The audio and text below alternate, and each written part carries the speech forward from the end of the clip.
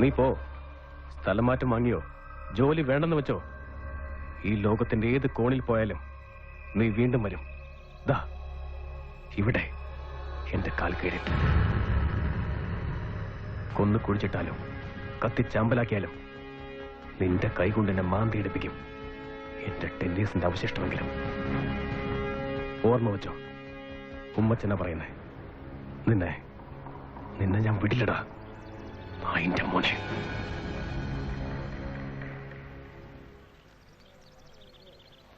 നീ ഒലത്തും.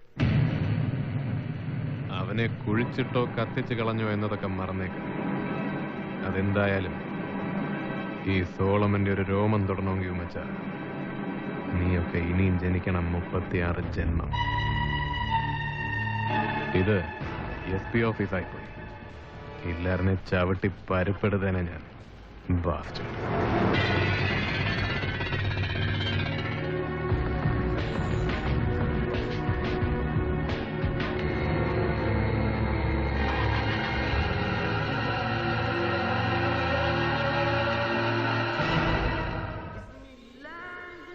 മലയോര മേഖലയുടെ ഹരിതാഭയിൽ നിന്ന് വടക്കേ മലബാറിന്റെ ഊഷരതയിലേക്ക്, കാസർഗോഡ് ജില്ലയിലെ ബദിയടുക്കയിലേക്കായിരുന്നു ഇത്തവണ സോളമന്റെ നിയോഗം.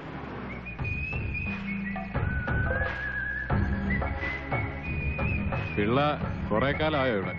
ബാലരാമപുരത്ത് നിന്ന് സാറ് പോയതിനു ശേഷം ഒരു 1.5 മാസം കൂടി ട്രാൻസ്ഫർ വിത്ത് പ്രൊമോഷൻ നേരെ ഇങ്ങോട്ട്. ഒരു 3 കൊല്ലത്തിനടുത്തായി കാണും ഇവിടെ. സാറിന്റെ വിവരങ്ങളൊക്കെ ഇടയ്ക്ക് അറിയാറുണ്ട്. പക്ഷെ ചിറ്റൂരിൽ നിന്ന് ട്രാൻസ്ഫർ ആയ വിവരം ഇപ്പോഴാണ് അറിയുന്നത്. അതും പണിഷ്മെന്റ് തന്നെ ആയിരുന്നു അല്ലേ സാർ? ഈ പോലീസുകാരന്റെ പണി എന്ന് പറയുന്നത് തന്നെ ഒരു പണിഷ്മെന്റ് അല്ലടോ പിള്ളേ. ശരിയാണ് സാർ.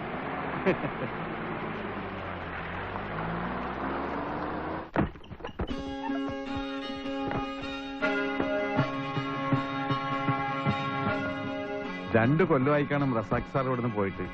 അതിനുശേഷം ആദ്യമായിട്ട് അവർ SI ഇങ്ങോട്ട് പോസ്റ്റ് ചെയ്യുന്നത്. സാറ് വരുന്ന വിവരത്തിന് മെസ്സേജ് കിട്ടിയതന്നെ ഇന്നലെ വൈകിട്ടാ. ഇല്ലെങ്കിൽ ഒന്ന് തൂത്തു തുടച്ചൊക്കെ വെക്കാമായിരുന്നു. ക്വാർട്ടേഴ്സിന് എന്നാ പറ്റി? ഇപ്പൊ വീഴും നാളെ വീഴുമെന്ന പരുവത്തില് 5 കൊല്ലമായി കിടക്കുന്നു. അറ്റകുറ്റ പണിക്ക് വേണ്ടി ലെറ്റർ കുറെ അയച്ചു ഡിപ്പാർട്ട്മെന്റിലേക്ക്. എവിടെ? ഒരു കാര്യം ചെയ്യാം, ഞാൻ പോയിട്ട് സദാശിവനെ ഹബീബിനെ ഇങ്ങോട്ട് വിടാം. അവര് തന്നെ ഒന്ന് തൂത്തു തുടച്ച് വൃത്തിയാക്കി തരും. അതിനെന്നാത്തിനാടോ പിള്ളേ പോലീസുകാര്? ഏതേലും 2 ജോലിക്കാരെ വിളിച്ച് ക്ലീൻ ചെയ്യിപ്പിച്ചാ പോരെ? ജോലിക്കാരെ എവിടെ കിട്ടാനാണ് സാർ? ഈ ബദിയെടുക്കാവുന്ന സ്ഥലം കണ്ടാൽ ഉണങ്ങിയും വരണ്ടൊക്കെ ഇരിക്കുമെങ്കിലും ഇതൊരു മിനി ഗൾഫാ. ആണുങ്ങൾ കൂടുതലും ഗൾഫിലാ. ബാക്കിയുള്ളവരൊക്കെ അറക്കൽ അബൂബക്കർ ഹാജിയുടെ ജോലിക്കാരും. ബദിയെടുക്കൽ ഒരു ഈച്ച പറക്കണമെങ്കിൽ അതിന് ഈ അബൂബക്കർ ഹാജി വിചാരിക്കണം. അതാരായി അറക്കൽ? എന്ത് ഹാജി? അബൂബക്കർ ഹാജി. മൂപ്പരി ഏരിയയിൽ ഒരു നാട്ടുരാജാവാണെന്നൊക്കെ വേണമെങ്കിൽ പറയാം. ഒരു 10-3000 ഏക്കർ കശുവണ്ടി, പിന്നെ മറ്റു പല ബിസിനസ്സും. ബിസിനസ് എന്ന് പറഞ്ഞാൽ മെയിൻ സ്മഗ്ലിംഗാ. ഇപ്പൊ കുറവാ, എന്നാലും സീസണിലൊക്കെ കോടികളുടെ ഇടപാട് നടക്കാറുണ്ടെന്നാ പറയുന്നേ. നമ്മളായിട്ട് അങ്ങനെ ഉടക്കു വെക്കാനൊന്നും പോകാറില്ല. അതുകൊണ്ട് തട്ടുകടില്ലാതെ ജീവിച്ചു പോവാം. കേസുകളുടെ എണ്ണം കുറവ്, നമുക്ക് തലവേദനയില്ല. അതുപോലെ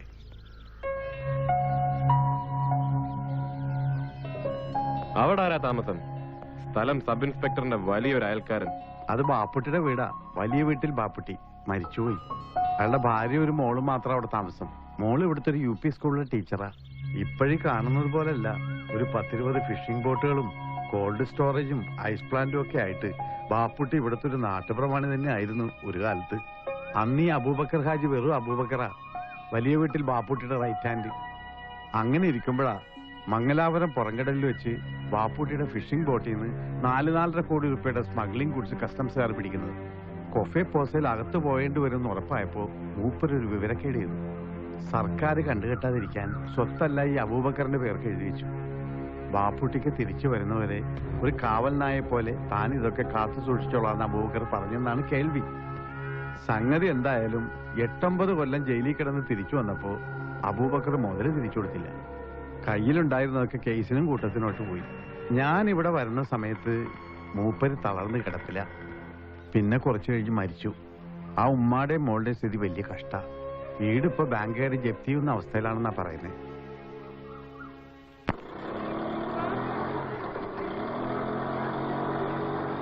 Little cock of golden hue.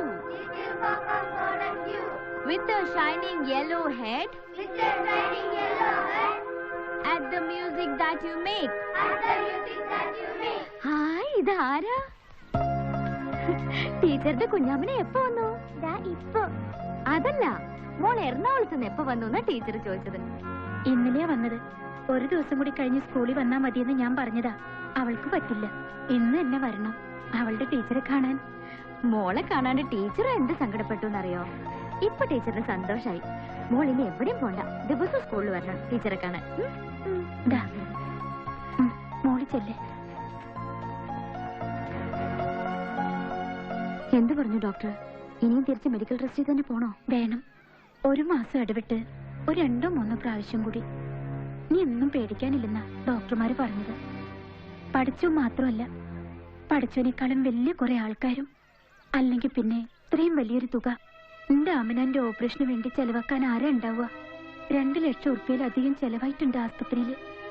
അതിനും കൂടി ഇല്ലായിരുന്നെങ്കിൽ എപ്പോഴും എന്റെ മോള്. സാരമില്ല ഐഷാത്ത, ആരും ഇല്ലാത്തവരുടെ കൂടിയാ പഠിച്ചോണ്ടുണ്ടാവുക. ഇങ്ങനെ ഓരോ മനുഷ്യരായിട്ടും സഹായങ്ങളായിട്ടും ഒക്കെ. എന്താടാ ബഷീറെ, നീ എവിടെ നിന്ന് ഇങ്ങനെ ഓടിക്കതിച്ചിട്ട്? ടീച്ചറിനെ പെട്ടെന്ന് പോരേച്ചില്ല മനസ്സായിന് താത്ത. അവിടെ ബാങ്കിൽ നിന്നാ പറഞ്ഞേ, ഒരാള് വന്നിട്ടുണ്ട്. സഹകരണ ബാങ്കിന്റെ സെക്രട്ടറി എന്ന നിലയിലല്ല, ബാപ്പൂട്ടിക്കായുടെ ഒരു പഴയകാല സുഹൃത്തായിട്ടാണ് ഞാനിത് പറയുന്നത്. എനിക്ക് ചെയ്യാവുന്നതിന്റെ പരമാവധി.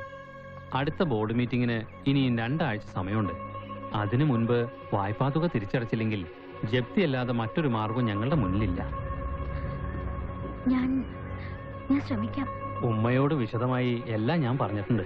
ഒന്ന് ആലോചിച്ച് വേണ്ടത് ചെയ്യാൻ നോക്ക്. ഞാൻ ഇറങ്ങട്ടെ.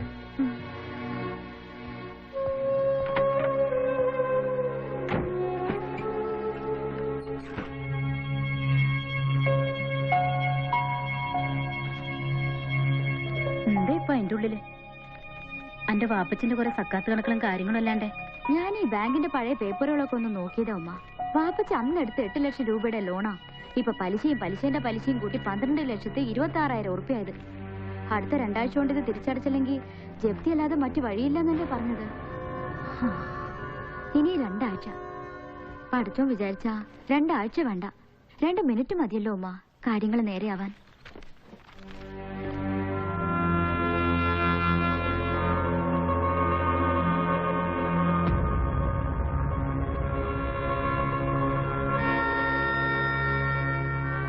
ഞാനിപ്പോ ആലോചിക്കുന്നത് വേറൊരു കാര്യമാണ്. നമുക്ക് അബൂബക്കർ മുതലാളി ഒന്ന് കണ്ടാലോ? അത് വേണ്ട മോളെ, അനക്കറിയാത്തതല്ലോ. ഈ അബൂബക്കറായിട്ടല്ലേ നമ്മളിങ്ങനെ പെരുവഴിയിൽ ഇറങ്ങാനായത്. ഒക്കെ ശരിയാ ഉമ്മ. പക്ഷേ നമ്മുടെ ഇന്നത്തെ അവസ്ഥ എന്താ? അയാളുടെ അവസ്ഥ എന്താ? എല്ലാം അയാൾ എടുത്തോട്ടെ. വാപ്പച്ചി ചതിച്ച് അയാൾ ഉണ്ടാക്കിയതൊക്കെ അതിലെത്രയോ ചെറിയൊരു തുകയുള്ളൂ ഈ 12 ലക്ഷം രൂപ. അത് തന്ന് നമ്മളെ സഹായിക്കാൻ ഒരു മനസ്സ് അയാൾക്കുണ്ടായ ഉമ്മ എന്ന് ആലോചിച്ച് നോക്ക്. നമുക്കൊന്ന് പോയി നോക്കിക്കൂടെ ഉമ്മ? പഠിച്ചോ കാണിച്ചു തരുമെന്ന് നമ്മൾ പറഞ്ഞ അവസാനത്തെ വഴി ഒരുപക്ഷെ ഇതാണെങ്കിലോ?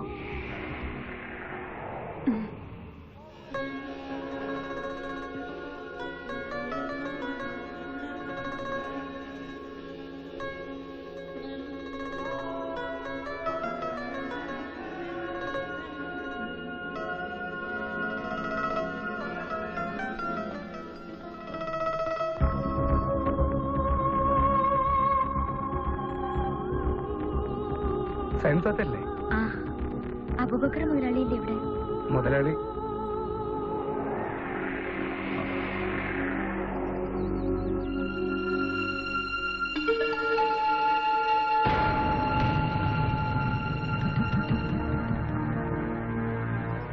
അല്ല, ഇതാരാ ഇത്?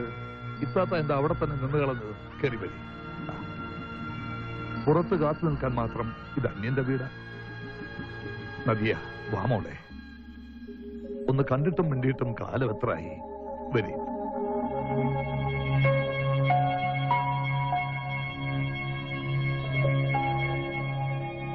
ഒന്ന് വരണമെന്നോ കാണണമെന്നോ ഒക്കെ വിചാരിക്കാഞ്ഞിട്ടല്ല. പറയാൻ ഇത്ര അടുത്ത, എന്നാലെന്താ, ഒരു 100 കൂട്ടം കാര്യങ്ങളല്ലേ. അല്ല, ഇത്താത്തയ്ക്കും ഇവൾക്കും ഇടയ്ക്ക് ഇങ്ങോട്ടൊക്കെ വരാലോ. എപ്പോഴെങ്കിലും ഒന്ന് കണ്ടും മിണ്ടി ഇരിക്കാമെന്ന് പറഞ്ഞാ അത് തന്നെ ഒരു സന്തോഷമല്ലേ? ഉപ്പ, പള്ളി കമ്മിറ്റിയുടെ മീറ്റിംഗ് ഉണ്ടായിരുന്നു 11 മണിക്ക്. പോകാടാ, പള്ളി കമ്മിറ്റിയുടെ മീറ്റിംഗിന് ഇനിയും പോവാം. പക്ഷേ ഇതങ്ങനെയാണോ? ഈ ഒരു സന്തോഷം അനക്ക് പറഞ്ഞാൽ മനസ്സിലാവില്ല. അങ്ങനെ കഴിഞ്ഞവരാ ഞാനും വലിയ വീട്ടിലെ ബാപ്പുട്ടിക്കായും. നീയും ഈ ഇരിക്കുന്ന നദിയമോളും രണ്ടും രണ്ടായിരുന്നില്ല ബാപ്പുട്ടിക്കായ്ക്കും എനക്കും. ആ, ഇരട്ട പെറ്റ മക്കളായിരുന്നു.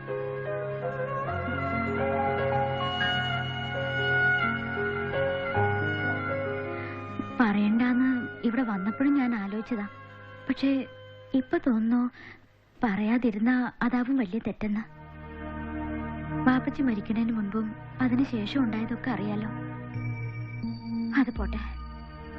ഇപ്പൊ പക്ഷേ തീരെ നിവൃത്തിയില്ലാത്തോണ്ടാ. ബാങ്കുകാർ ഇന്നലെയും വന്നിരുന്നു. ബാപ്പച്ചിയുടെ ചികിത്സയ്ക്കും മറ്റും വേണ്ടി എടുത്ത ലോണാണ്.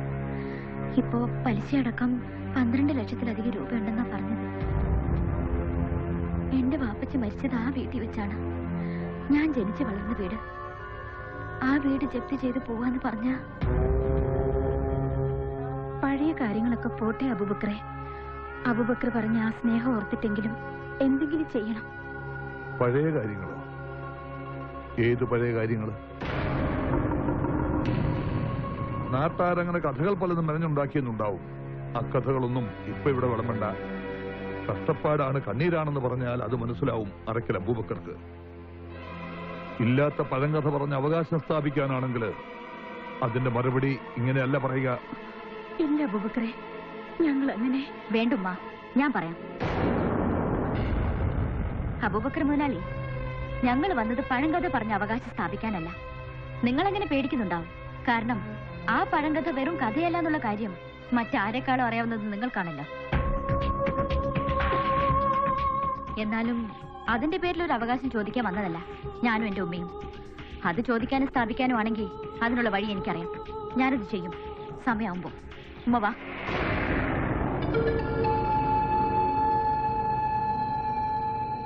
ഞാൻ അപ്പോഴേ പറഞ്ഞല്ലോ ഉപ്പ, പടിക്ക് അപ്പുറത്ത് നിർത്തി കാര്യം പറഞ്ഞു വിടാനുള്ളതിന് പകരം വീട്ടിൽ കയറ്റിയിരുത്തി സൽക്കരിച്ച ഇതൊക്കെ തന്നെയായിരിക്കും അനുഭവം.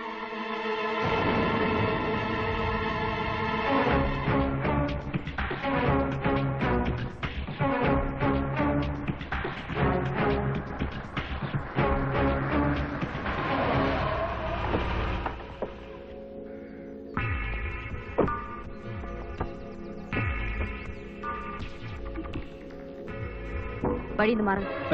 ഇല്ലെങ്കിലോ? എടീ, മര്യാദക്കാണെങ്കിൽ ഒരു ജപ്തിയും വേണ്ടിവരില്ല.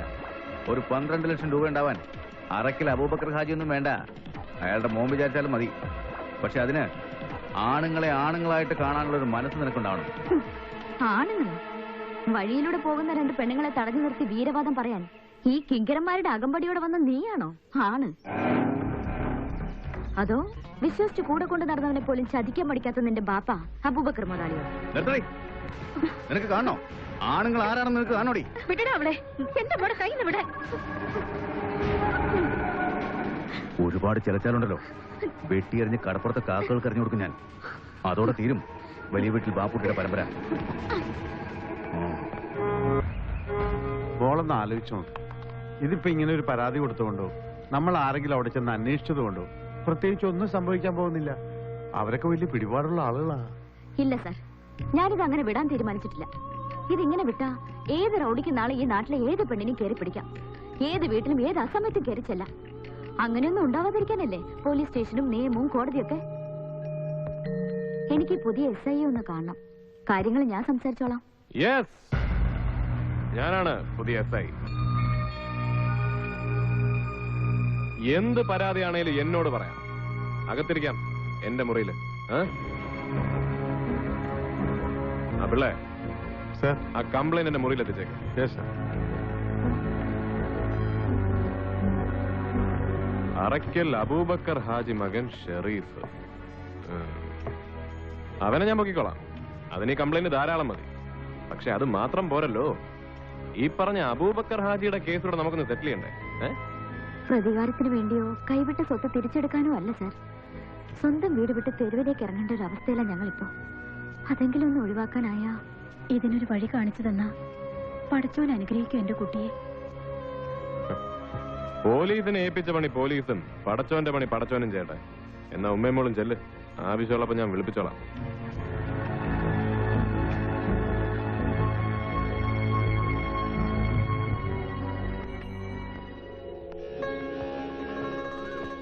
എന്താടോ ഹബീബെ, പുരേന്റെ മുമ്പിൽ ഒരു പോലീസ് കാവല്?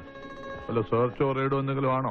ഏയ് അതല്ല, സ്റ്റേഷനിൽ പുതിയ SI ചാർജ് എടുത്തിട്ട് ഇപ്പോ 3-4 ദിവസമായി. ആ, ഞാനും കേട്ടു. തെക്കനാ അല്ലേ? എന്താ അയാളുടെ പേരെന്ന് പറഞ്ഞത്? Solomon Joseph. ആ, സമയം കിട്ടുമ്പോ ഒന്നിങ്ങോട്ട് കൂട്ടിക്കോ, ഒന്ന് പരിചയമായിക്കോട്ടെ. കൊണ്ടുവരാം.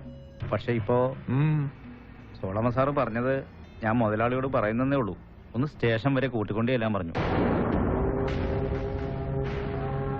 മുതലാളി സൗകര്യം പോലെ ഒന്നാവഴി വന്നാ മതി, എന്റെ കൂടെ ഇപ്പൊ വരണമെന്നില്ല. എടോ, കാര്യം എന്തായാലും എനിക്കിപ്പോ സ്റ്റേഷനിൽ വരാൻ ബുദ്ധിമുട്ടുണ്ട്. ഡോക്ടറെ ഒന്ന് കാണണം, ഒരു ചെക്കപ്പ്. ഏതായാലും പുതിയ സബ് ഇൻസ്പെക്ടർ വന്നിട്ട് ആദ്യം വിളിപ്പിച്ചതല്ലേ ഷെരീഫെ? ഒന്ന് അതുവരെ പോയി ഏമാനെ ഒന്ന് മുഖം കാണിച്ചിട്ട് വാ.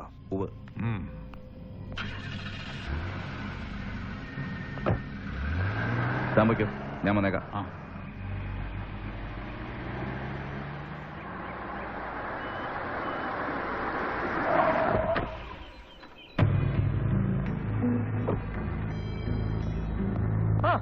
വരണം മിസ്റ്റർ അബൂബക്കർ ഹാജി. ആളിത്ര എങ്ങായിരിക്കും ഞാൻ വിചാരിച്ചില്ല കേട്ടോ. ഇരിക്കണം. ഞാൻ അബൂബക്കർ ഹാജി അല്ല, ഷെരീഫാണ്, അബൂബക്കർ ഹാജിയുടെ മോൻ. മോന്? ആ, അതെന്നാ പണിയാ? മോനെ അല്ല അപ്പനെ വിളിക്കാനാണല്ലോ ഞാൻ ആളെ അയച്ചത്. പിള്ളേ, ഉപ്പാക്ക് വരാൻ പറ്റില്ല, അതുകൊണ്ടാണ് എന്നെ അയച്ചത്. അതെന്നാ പരിപാടിയാ? അപ്പന് പകരം മോനെ കൊണ്ടുവന്ന് കാണിച്ചാ എങ്ങനെയാ ശരിയാകുന്നത്? ഈടോ, പള്ളിയറയിലായാലും പോലീസ് ലോക്കപ്പിലായാലും വാപ്പ കിടക്കേണ്ടടുത്ത് വാപ്പ തന്നെ കിടക്കണം. മോൻ കിടന്നാൽ ശരിയാകത്തില്ല. അതുകൊണ്ട് താൻ ചെല്ല്, എന്നിട്ട് അങ്ങേരോട് ഇങ്ങ് വരാൻ പറ. ഇല്ലെങ്കിൽ ഞാൻ അങ്ങോട്ട് വരേണ്ടി വരും. കാര്യം എന്താന്ന് എന്നോട് പറഞ്ഞാൽ മതി, ഞാൻ പറഞ്ഞോളാം. ആ, ഇയാൾക്ക് ഈ ഏരിയ വലിയ പരിചയമില്ലാഞ്ഞിട്ടാ. പിള്ള സാറൊന്ന് പറഞ്ഞ് മനസ്സിലാക്കി കൊടുക്ക. അറയ്ക്കൽ അബൂബക്കർ ഹാജിയുടെ മോൻ ഷെരീഫ്. 5-8 ബോഡി ഗാർഡുകളെ ചുറ്റും നിൽക്കാനുണ്ടെങ്കിൽ റോഡേ കൂടെ പോകുന്ന ഏത് പെണ്ണിന്റെയും കൈ കയറി പിടിക്കാൻ മാത്രം ചങ്കറപ്പുള്ള ധീരൻ. അതിനുള്ളത് നിനക്ക് ഞാൻ വേറെ വെച്ചിട്ടുണ്ട്. ഇപ്പൊ നീ പോ, എന്നിട്ട് ചെക്കപ്പിന് പോയിരിക്കുന്ന നിന്റെ വാപ്പേനോട് ചെന്ന് പറ, അറയ്ക്കൽ അബൂബക്കർ ഹാജി അല്ല, ചത്തുപോയ അയാളുടെ വാപ്പയും വാപ്പേന്റെ വാപ്പ എഴുന്നേറ്റ് വരും. സോളമൻ വിളിച്ച അതിനുള്ള ആവാഹന മന്ത്രമൊക്കെ പഠിച്ചിട്ടാണ് ഈ പണിക്കിറങ്ങിയിരിക്കുന്നത്. മോൻ ചെല്ല്.